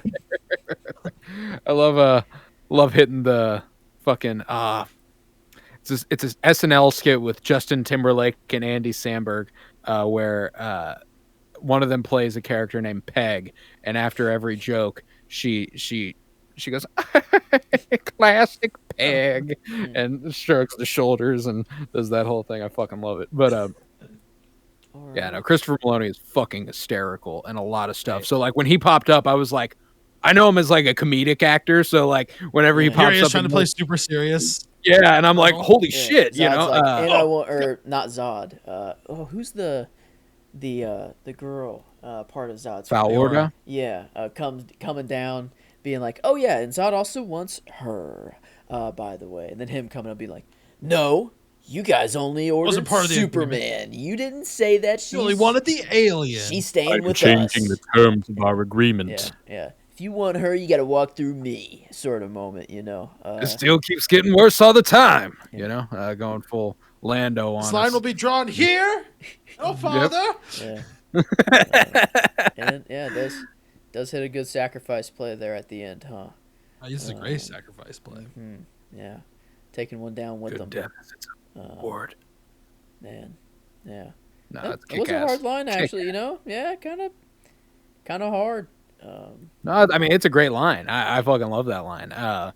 But there we are. Yeah, fuck yeah, that man. Is all the bases covered as far as favorites. This is one of those movies where the more we talked about it, the more I love it. You know, like I already enjoy the movie a great deal. Again, this is the movie that made me care about Superman as a character. That's like, right. Love that. I've only seen Superman Returns up at like I didn't want to watch Christopher Reeve's Superman if I thought it was going to be Superman Returns level, so I never like touched it until my 20s. Right. And then I'm still not even like I think the movies are fine for the time. Like I like the Donner cut of Superman 2. But I don't care. The first Superman, that is the only truly good Superman movie with Christopher Reeve, in my opinion. Beyond that, like I don't even care about that one. I get you. And like I know I'm a super big minority, and I'm not trying to like alienate any fans that are like going to come at this podcast going like Christopher Reeve Superman's the best Superman. And if you love Christopher Reeve Superman, that's great. I do not want to take that away from you. Just because I don't like it as much as you doesn't mean that like you know, like we're still subjective. We can still be friends. About movies. That's the subjective nature of film, my friend. Yeah. You know, that's how art works. That is, it is, and I love them both. yeah, I hold them very. I'm a big fan of both these movies. For me, they're both top 5 in this project so far. This is the 50th movie we've covered. Yeah. In this project, you have two good Superman projects in your top 5. Is actually way more of a comfort movie. The other is if I just want like a, it's not very Man of Steel is not very comforting. Throughout, that's true. The world engine, I commented just quality, all of that. Yeah, Superman. My comfort character. This is not the movie I'm going to for that comfort. Oh, and which is fair. And I would never expect you to watch The Demolishing of Metropolis to be your comfort movie. If it was, I'd be a little concerned. It makes me feel so good. Man, it puts me at peace just to see the world almost ending. This top 5 and after talking about it, no even inclination of wanting to move it down at all. Like it is where it belongs. Which is good. If anything, it can only go up. But I don't think it beats the classic, the OG. No. I don't think I can. No. But it is right there. It is right there on for a personal level now. They're both so fucking good. I love them so much. But I think that brings us to the rating section of the pod. We got our enjoyment and critical ratings, and we'll start with Blaine, of course. On a scale of 1 to 10, how much are you vibing with this film? I love this movie. If I'm going to rank it with the DCEU overall, it's placed at number 4. No, it's placed at number 3. Sorry, placed at number 3. I'm giving this movie an enjoyment of 9. There are parts where I'm just like, man, I wish it would pick up the pace a little bit. I get that. Overall, love the movie. Critical score. I think I'm gonna give it a 7.5. I love it. Fuck with it. But like the evolution of the character, this doesn't go anywhere in this. Like, I'm with you. There's not much of an arc. That's true. Yeah, it's just like I'm here. You tell me that I'm not supposed to do these things, but then all of a sudden I have to hit the point where I have to do these things. Like there's no arc. Yeah, no. Like if there is, I'm missing it. No, yeah, like I 100% get where you're coming from. I do. I think that there's an interesting sort of angle it takes where he is who he is, and a threat has just emerged to the point where he has to do something about it on a grander scale. The entire movie up to that point is basically saying, he'll do what he needs to, and then he finally does what he needs to. It's not like he comes to any significant self-realization. I don't think. It's just kind of he faces a battle, he has that battle, and I think that in a filmmaking standpoint point of view, I think they do a really good job. But I do agree that on the writing side of things, it doesn't go wonderful places. Like even if one of the weaker points of this movie is the romance with Lois Lane, and that's typically where Clark finds a lot of his self-actualization is through that sort of funnel of trying to get with Lois and his relationship with her. But he doesn't have to do any of that. He's already who he is, and she knows who he is, and that's just kind of how it is. So I dig that. I dig that little that analysis of the film. I think that's keen. And 7.5, I think it's not far off from where I come down in terms of critical, but that would make your score overall an 80%, an 8 out of 10. Which that sounds about right. Good. Feels good. But yeah, I think I'm with you too on the DCEU. It would be 3 or 4 for me in terms of just like what I favor. I got a couple sleepers in there, and Zack Snyder's Justice League. Zack Snyder's Justice League, I'm a huge fan of. I would hold it in higher regard than Man of Steel.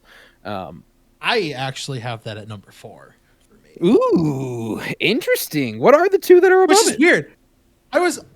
I don't know. Like I was just looking at my letterbox because when I was getting ready to do like the DC podcast back in the day, I laid out everything as I watched it, and then I was gonna like review it. and put it in its own separate letterbox when we were getting through the projects. And I just happened to look to see where I had it ranked, like where I had Man of Steel ranked. And yeah, like I'll show you right here. Back when I was getting ready for it, I have this is the ranking. Ooh, Wonder Woman. Okay. I really fuck with Wonder Woman, man. Wonder Woman's a great movie. Wonder Woman's great. You have one of my top 2 or 3 at your 5. Birds of Prey. I love Birds of Prey though. Birds of Prey. I love that movie. Is one of my favorite movies of all time. I am one of the 8 people in the world who love that movie. Dude, I fucking love Birds of Prey. I'm a sucker for it. So, yeah, that's, and you know, I'm. It's probably my favorite DCEU movie just because I love watching it. Which is good. It's so artsy, and like I feel bad. Like Kathy Ann didn't get to make the movie she wanted. She did have to adhere to like Warner Brothers standards, but like unfortunately that's just how the business works. She pulled off a great movie regardless. Yeah, and obviously adaptation wise there's some holes and there's some problems, but I still think that I love that movie, man, and I love Harley Quinn, and I love Margot Robbie's version of her. So yeah, on a personal note, that's one of the movies that I would put above Man of Steel, which is a hilarious thing to say for some people. Fair. But I don't think I have enough DCEU knowledge to really give like a 1, 2, 3. Oh, then 4. This is gonna be a fucking journey. Yeah, no, but I can say, especially if Blaine plans on keep on coming back for the DCEU stuff, this will be fun. Yeah, but I can say a fucking journey. Above Man of Steel, I feel as if I would put Zack Snyder. I would probably put Justice League above it. That's just that's an epic. Yeah, that's just a whole different movie. Huge movie. Yeah. Man, I don't know. Blue Beetle is actually like surprisingly like I rewatched it the other day and like I forget that we're still getting DCEU movies. Oh, you know, is that guess technically? Oh yeah, we're done now. Aquaman's out. We're done. So Aquaman 2 is it. Okay. Then I think Justice Blue Beetle League is good. Blue Beetle's really good. Yeah, maybe the good Suicide Squad. I'd probably put that on like the same level as Man of Steel. Yeah, in terms of my enjoyment, I'm around there as well. But so what number? Yeah, where does that put it mathematically on a scale of 1 to 10 for you? The OG is 9.5. Superman with Christopher Reeve, 9.5, and I think I like it more than Iron Man, which is a 9. So I'm either 9.25 or 9.5. I think for gotcha. Damn. That's high. That's high. I think I would match over Iron Man. Yeah, I think I would match Iron Man there in terms of what we've given it. For me, it's not a 9. So that's one of those things that I conceded for Iron Man there. But I think that what do we have at 9.25s? Do we have 9.25s? Do we have 9.5s? X-Men First Class and Captain America: The First Avenger. Okay. I've got Captain America: The First Avenger above this, and I've got X-Men First Class below this. So, that's it feels nice and neat to go ahead and throw it a 9.25 if you want to give it that. Yeah, I do like that. 9 and again, that's the thing is that the question right now for me is whether Man of Steel can beat the OG Superman, not whether the OG Superman is worse than Man of Steel. It is right. The right. No, and I think that in most regards, I would say this is I think it's a messier movie. I think that there's a lot it's trying to accomplish, and it does a good job at accomplishing a lot of it. But like we said with Blaine, the character doesn't go on like a true journey. It doesn't feel like. I think that you could argue the exact opposite for Christopher Reeve Superman in the first Superman, Superman 78. I think that while it is visually inventive for a Superman movie compared to the Superman movies prior, it's still not like one of my favorite looking movies ever. I think it looks good, but it's not like groundbreaking, I don't think. To compare it to a superhero movie that came out a year earlier, The Avengers, I think it looks miles better than that, but comparing it to another movie that came out a year earlier, like The Amazing Spider-Man, I don't think it looks as good as The Amazing Spider-Man in a lot of respects. It's certainly got its super unique visual language, and I think it benefits from that. Okay. But it's kind of like what we discussed with The Dark Knight Rises, how he evolves from Batman Begins to The Dark Knight Rises. It's not necessarily an improvement, it's just a change in visual language. Yeah. And with so I think with that little analysis right there, saying better than the that's Avengers. A good comparison. Take Batman Begins in this movie. Mm-hmm. Batman goes on an arc. He goes from wanting to kill Joe Chill, goes through the whole trials of the League of Shadows, blah, blah, blah, becomes Batman, decides that he wants a no-kill rule, which is fine. You can have a Batman with a no-kill rule, even though he kills a lot of people. Yeah. Superman, while he does go on like a physical journey, he doesn't go on like a character. Yeah, no, 100%. He gets advice. He doesn't do anything. Like it doesn't. It's not like he's ever at odds with that advice. You know, he ends up taking that advice and running with it fully, and like it's almost like he never questions it. Like it's more so the next movie that he has his character arc. Yeah, the character work in the next movie is extremely strong on like all fronts, as far as I recall. But yeah, I think that as far as this movie is concerned, it's really dropping you in the middle of a conflict. Not the middle of a conflict, but like the point of this movie is the conflict. And I know you could argue that for a lot of superhero movies, but it feels like it doesn't do a lot to try to refine the character of Clark Kent, of Superman, over the course of the film. And I think that I think that a 7.5, like Blaine says, is about where I'm at. Because I don't think it's I don't think it's as good as like Captain America: The First Avenger, who actually does deal with a similar character problem as Henry Cavill's Superman here, where he just kind of is the way he is, and he never really changes. But the way that he has to reckon with the change that has happened to him and the evolution that he goes on, I think there's a little bit more of a profound arc. Yeah, no, I not by like a lot, but a little bit. I like a 7.5. You were saying it's better made than the Avengers, which I agree with. That was a 7.25, and you said it wasn't quite the Amazing Spider-Man, which is an 8. We gave an 8.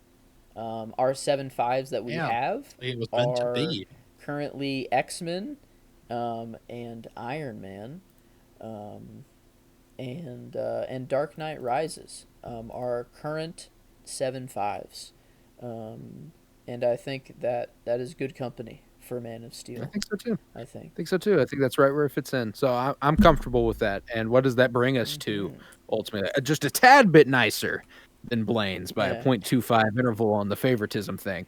8.08. We're a percent 81 above Blaine instead of an 80. Oh, that one for that tiny bit. Gotcha. Call the presses. I do. Again, I love this movie. I just think there are things in this movie that could have also been. Blaine's a dick. He hates Man of Steel. No, I'm just kidding. Yep. Confirmed. This comic, you fucker. Confirmed. Of the three of us. Blaine hates Zack Snyder. Call the cultists. No, I'm just kidding. Call the fucking cultists. Call them up. His fucking door gets kicked in. He gets doxxed immediately. Zaslav, help me. Yeah, for some reason, they're listening. I called you on the Patreon, but help me.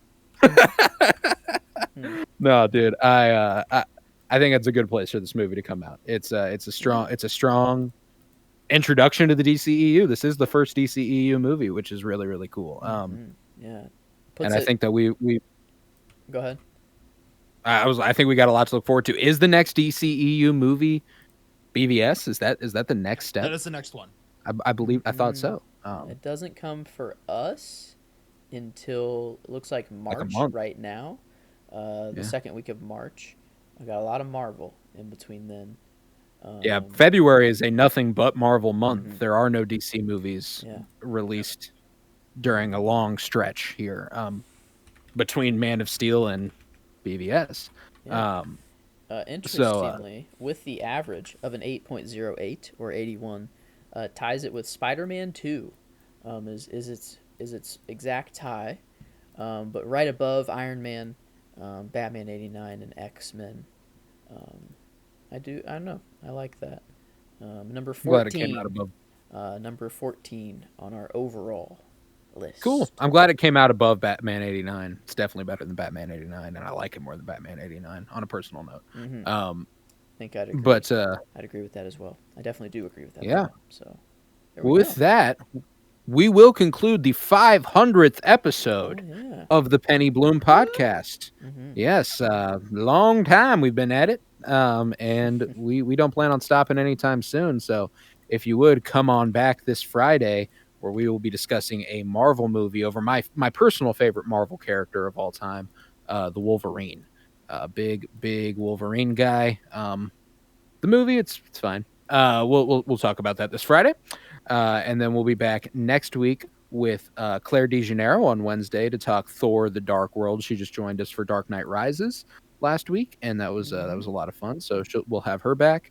And then what is next Friday after Thor: The Dark World? It is Thor: The Dark World, The Amazing Spider-Man 2.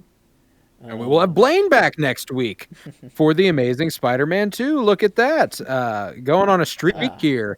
There we go. Yeah, that'll be fun. That'll be a lot of fun. But yeah, that'll be that. We'll be back with Winter is Blooming, our Game of Thrones rewatch podcast on Monday. And I believe that one will bring us season 7, episode 3. Or is it episode 4? This is 3. Season 7. Yeah, next week, 3. So. All right, season 7, episode 3. So we got a lot to look forward to. We're getting near the end of that project, and I'm so very happy about that. But yeah, if you would, head to patreon.com/pennybloomPod, where you'll find over 50 hours of exclusive content, all sorts of book reviews, comic book reviews, movie reviews, and the like. The content has ramped up over there as me and Joe are trying our best to create content for TikToks. So we take little micro bites of those Patreon conversations, throw them up on TikTok. You might have seen the Bog Talk here with Blaine on TikTok if you follow us there. And you get an even bigger conversation about all sorts of shit over on patreon.com/pennybloomPod. That was a fun one. That was a lot of fun. But so yeah, for $3 a month, you can support this podcast financially, which is huge because it costs me money and I don't make any off of it unless it's over there. Head to TikTok, follow at Penny Bloom Podcast, subscribe on YouTube. If you are watching there, we appreciate you greatly. And thank you for joining us live and in stereo and video. That's wonderful. Follow on Twitter at Penny Bloom Pod, on Letterboxd at Penny Bloom Pod. Follow on Instagram at Penny Bloom Podcast. Remember to leave a 5-star rate and review wherever you might be listening, and download or like or whatever you can. It always helps a great deal. But yeah, with that, I was Colton Robertson. I was joined by Joseph George. Thank you very much, homie. Oh, thank you for having me. It's always a pleasure to be here. Oh, and it's always a pleasure to have you. And thank you, Blaine Rezach. Go ahead and plug yourself for me one more time. Oh, yeah. Thank you. First of all, thanks for having me again. Of course. I know I can be a bit much sometimes. Nothing compared to Joe here. Exactly. Yeah, I'm a rambler. I mean, I don't do much on my personal accounts anymore. So, like, I'm just going to plug, again, if you want to dive into some of the spooky world, you can follow me at Ghosts in Us everywhere. Instagram, Twitter, TikTok, YouTube specifically. We just put out our final video on Monday. So as we're recording yesterday, we put out a 2-part mini doc on this historical place in Jerseyville, Illinois called the Cheney Mansion, where we did a investigation, and I got hit by a lot of different things, not physically, but like emotionally, and like I was drained, and my anxiety was spiking. Really cool investigation. Watch some of those TikToks, brother. No fucking way, man. Like you should watch the full video, dog. Yeah. You should watch the full video. Watch me go weird, dude. Bro, like, whenever it was like, remember, I was like, nope, that's enough. That's enough for me. Bro, and I can only hear like that through like headphones, and I had that synced with my camera. It was, just going under that situation. Yeah, I told Blaine. I told Blaine the only way we would ever investigate something that's haunted is if there's untold horrors in the Glacier Park bog. Yeah, bro, I swear, I'm gonna get you and Joseph. I'm gonna get you guys to go on one of these. I will personally fly you out on one of these. We'll cosplay as the Scooby-Doo gang. Yeah, Scooby-Doo gang. Yes. Yeah, we'll have to figure out who's gonna play who. I call Scooby. So sorry, or maybe Shaggy. I don't know. We'll have a. I feel like you and Colton can be Shaggy and Scooby. I'll let you two decide because you guys got that got that chill vibe. So one is Scooby, which is basically the second coming of Christ, and then Shaggy, which is the most powerful being on any multiversal, or any level. So I mean, it's whoever you want to be. Hell yeah! But no, I think putting these two videos together they've been laborious, but they've probably been some of the best editing work I've put together in a video. So I really hope, like, if you guys, it's a big contradiction from comic book movies to, talking about ghosts, but I think it's up there, and I think you should check it out if you're interested. There's a Venn diagram in there somewhere. There's always a Venn Ghost Rider. Ghost Rider. Done. Ghost Rider, baby. Jor-El the spirit of vengeance. Jor-El was basically an AI ghost in this movie. So Batman v Superman, Ghost Dad. I'm getting this, Chris Terrio. I got it. Yeah. Yes, there you go. Man. But Star Wars, Ghost Dad. Ghost Dads. We got all sorts of shit here. But yeah, with that, remember, peace, love, and bloom, and welcome to the planet.